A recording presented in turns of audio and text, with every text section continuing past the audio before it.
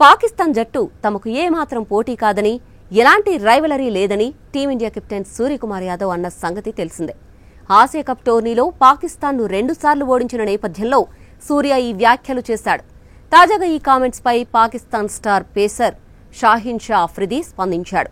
ఫైనల్లో చూసుకుందామని సవాల్ విసిరాడు. ఆసియా కప్ టోర్నీలో భాగంగా శ్రీలంకతో జరిగిన సూపర్ 4 మ్యాచ్లో పాక్ 5 వికెట్ల తేడాతో గెలుపొందింది.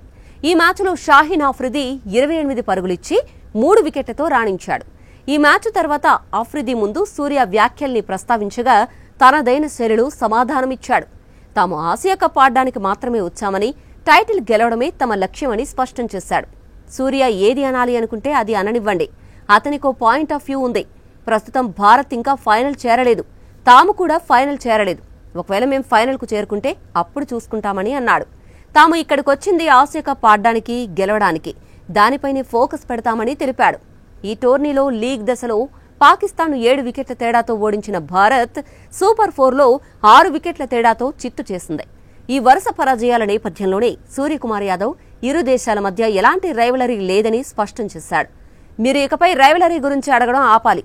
ఒకవేళ 2 జట్లు 15-20 మ్యాచ్లాడి స్కోర్ లైన్ 7-7 లేదా 8-7 అయితే దాన్ని రైవలరీ అంటారు. దాని స్కోర్ లైన్ 10-1 లేదా 13-0 అయితే నాకు కరెక్ట్ స్టాట్స్ తెలియదు, కానీ ఇది ఇకపై రైవలరీ కాదు అని సూర్యకుమార్ యాదవ్ అన్నాడు.